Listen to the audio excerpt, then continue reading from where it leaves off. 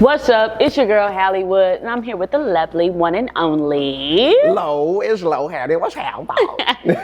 Lo, let him go. Let's go, Where are baby. you from? I am a country boy. I'm from Arkansas. Like, I graduated with like 60 people in my class. Are we talking country? Yeah, country. Like, my family, like, do the trail rides and all this stuff. Like, my grandfathers, they always had the cowboy hats. So, like, before Cowboy Carter came out, I used to rock them a little bit. But they were literally from men in my family and stuff. So, yeah, I'm a country boy. No play. Yeah. Absolutely. And I don't want to jump right into it, so I'm going to try to hold off. Yeah, okay. On it. Yeah. How long have you lived in Dallas? I moved out here from LA in 20, it was after, well, it was kind of like during pandemic, but I think 2021. So we're going to say about 3-4 years. Yeah. And you mentioned at one point, you know, Lil Birdie told me or whatever. You know, we talk about hobbies and things of that nature. We obviously see you're hot. You know what I'm saying? It's hot as And you fuck mentioned dating was a hobby at one point. Have you ever had like a catfish or like a not so hot date? No, like, I'm not gonna lie to you. I'm a vetter, and I used to be a journalist too. So like, I'm kind of like psychotic when it comes to that. I overly obsess. I put it all in the music, I promise. But yeah, so but we love that. Yeah, so like I vet. So like catfish, you can't catfish me. Like, we ain't personalities be a catfish. I hate that. Yeah. You know, but yeah. So nothing crazy. Nobody's tried to play with you. You meet up for the day. Motherfucker try to play with me for sure. I want the craziest story. No, we can't. Look at my phone. Look at domestic violence for real. But nah, it's true too. But nah, I mean, you know, people try to play with you, but you know, it's light and dark in everybody, and we just go through life trying to reach a higher level of consciousness and maneuver through that. Yeah, it's always good to maneuver and have resilience. Yeah, and we put it in the art and make this for good art. Yeah. And then I know you also used to be a news anchor. First of all, that's beautiful. I want to know how you got into that and what did that feel like for you? Did you love it? You hate it? Yeah, so I loved the storytelling aspect of it. The part that weighed on me mentally was, you know, my news reporter at the time, my news director at the time, shout out to John, HBCU brother. He was always sending me to the murders, like, you know what I'm saying? Because I was really good at getting families like to talk to me and stuff like that, you know what I'm saying? So that started to weigh on me a little bit. But I got into it just like, you know, went to college, had a lot of different internships.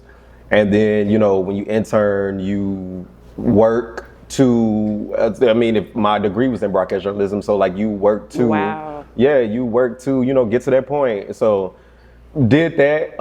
It was cool, but you know, they don't tell you on TV you broke. So I was like, I'm straight. I'm straight for sure. Yeah, but you know, shout out to all the black journalists in the world, because that is not an easy career field, and you have to definitely have some type of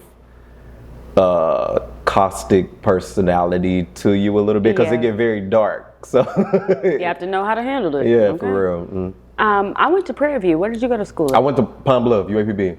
Yeah. Okay, I see. I see your sister. Yeah. Okay then. Yeah. And then aside from that, you know, with being in that field, being educated, we love that.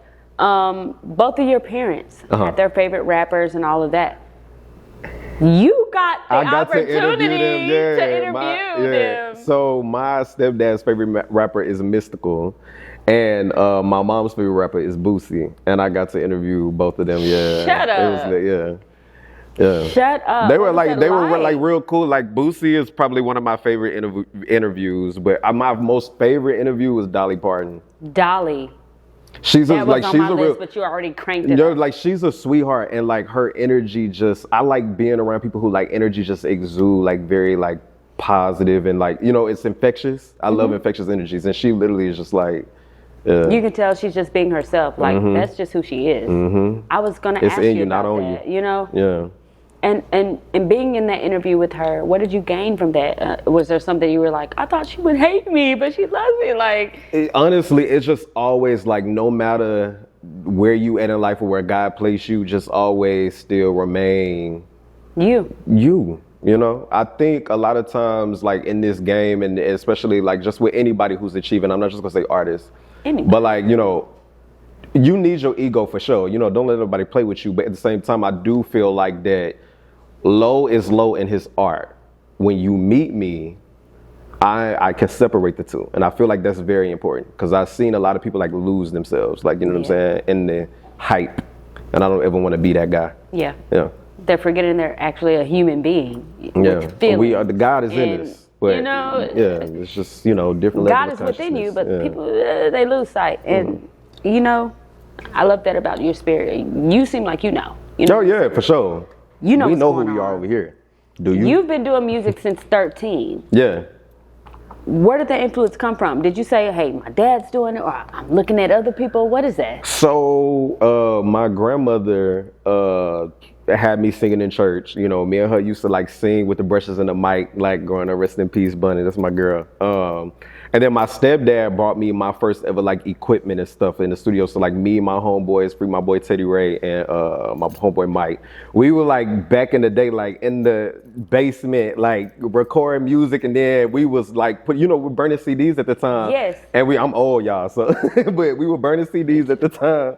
And we was just going to school, like, you know, putting them out. And so we did shows and stuff, like as 13 kids, but we just, wow. Yeah, we just like, I just do music because I love it. You know what I'm saying? So like, it ain't like I'm trying to be somebody or something. It's just me. I'm an artistic kid. So yeah, but I love like just the thought process of like how it's a full circle moment of coming to now, like still doing music and shit. Like, you know what I'm saying? Like this, and then you doing it with people that you love. That's, yeah. It makes it more important. And speaking of that, and like, I know you have a single with Namo. And she slid. Hey, she's so talented. Hands up, don't shoot. Yeah. Okay. What is the name of that song? And what are your emotions? What is the meaning behind that for you? Okay, so just me and Namo met, like she literally, the first day we met, we recorded that song. And like professional is, business is personal to me regardless. Like, you know what I'm saying? Like I can think somebody is talented, but I'm not gonna work with you if I feel we don't like get along. Yeah, you know what I'm saying? Me and her click like right off the jump. She's extremely talented. Absolutely. God has gave her many gifts just outside of her talent. You know what I'm saying? And so, yeah, it was just a song. Literally, like, you know, a lot of people, they afraid to reach the depth and raw emotion. Everybody just want to be real cool. All these niggas want to be cool these days, which is I'm not knocking that, because I be cool niggas sometimes, but sometimes like we need to beg and plead. You know what I'm saying? I'm from that 90s jagged edge era, like, bitch, shit ain't sweet. Love me. Like, what's up? Like, I'm here. Like, I need love. LL Cool J, I need love. You want to go around look at everybody else, and you leading the trap doors and over here. I'm here, baby. Like, what's up? So, yeah, and she really just brought the emotion that the song needed. And I feel like with anybody, like, if you ever, everybody been in that moment where, you know what I'm saying, take ego aside. Yeah. Like you want somebody and you want them to see you. You know what I'm saying? You know. At the end of the day. At the end of the day, everybody want to be seen. Yeah, you know. Yeah. You're good. Yeah. So yeah, that's what that I wrote that song. Who I wrote it about is not important, but you know, I wrote that song. You know what I'm saying? It was just a release, and then she just came in and sauced that motherfucker up for sure. Set it off. If there's anything you can leave fans, people that look up to you, family that never believed in you, what would you say? I would just say everybody just strive to be a better person today than you were yesterday. You know, we all fall short. I literally woke up saying it. Yeah, we all fall short. We can be the best version of ourselves possible, you know.